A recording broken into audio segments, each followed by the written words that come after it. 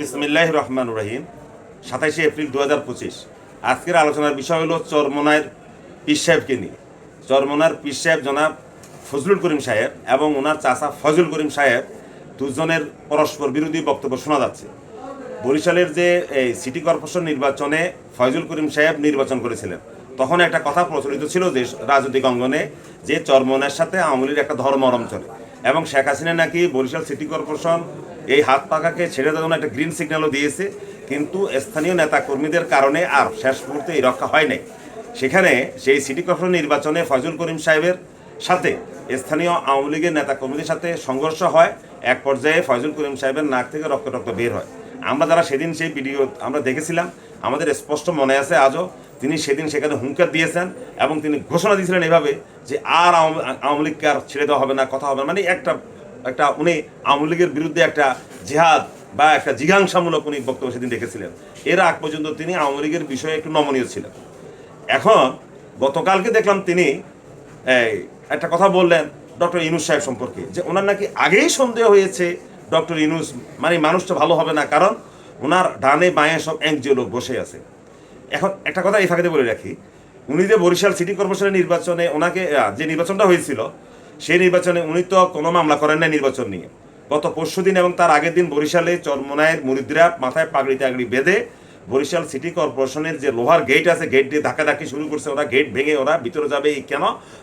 মুফতি ফজল করিম সাহেবকে মেয়র ঘোষণা করতে হবে। আচ্ছা বলেন তো, পৃথিবীতে বহু রকমের বোকা লোক দেখছি, ওনার মতো একজন রাজনীতিবিদ এত সুন্দর কথা বলেন, উনি কিভাবে এই দাবিটা করেন? ওনাদের দাবি হচ্ছে যে ইশরাককে যদি মেয়র ঘোষণা করা যায়, চট্টগ্রামে ডাক্তার সাদাতকে যদি মেয়র ঘোষণা করা যায়, তাহলে বরিশালে কেন ফজল করিমকে ঘোষণা করা যাবে না? কিন্তু এই বিষয়টা বুঝতে চায় না যে ইশরাক, তাবিত আউয়াল এবং ডাক্তার সাদাত ওই সিটি কর্পোরেশনের নির্বাচনের যে তারা অংশগ্রহণ করেছিল, নির্বাচনে অনিয়ম এবং কারচুপির বিরুদ্ধে তারা ট্রাইব্যুনালে নির্বাচনী মামলা দায়ের করেছিল। ওই নির্বাচনী মামলার রেজাল্টের কারণে বিজ্ঞ আদালত যে ইশরাক সাহেব এবং চট্টগ্রামের ডাক্তার সাদাত সাহেবকে মেয়র ঘোষণা করে। এখন এই ফজল করিমকে কে ঘোষণা করে বলেন? এত কোনো মামলাই নেই, একে এখন ঘোষণাটা দিবে কে? এটা মানে মনে হচ্ছে যেন সে নিজে গিয়ে এখন বরিশাল সিটি কর্পোরেশনের চেয়ারে বসে যাবে, সে নিজেকে মেয়র ঘোষণা দিবে, এই একটা অবস্থা। আসলে চরমোনাই কখন যে কি করে, কখন তারা কোন কথা বলে, এটা বোঝাটা মুশকিল। কিছুদিন আগে চরমোনাইয়ের পীরের সাথে মির্জা ফখরুল সাহেবের সাথে 5 দফার একটা লিখিত চুক্তিপত্র হয়েছে। এখন তারা সরে আসছে। এখন কি সরে আসছে? এখন বলতে চায় যারা নির্বাচন চায়, যারা দেশে লুটপাট করবে বা অতীতে করেছে, এই ধরনের লোকরা নির্বাচন চায়।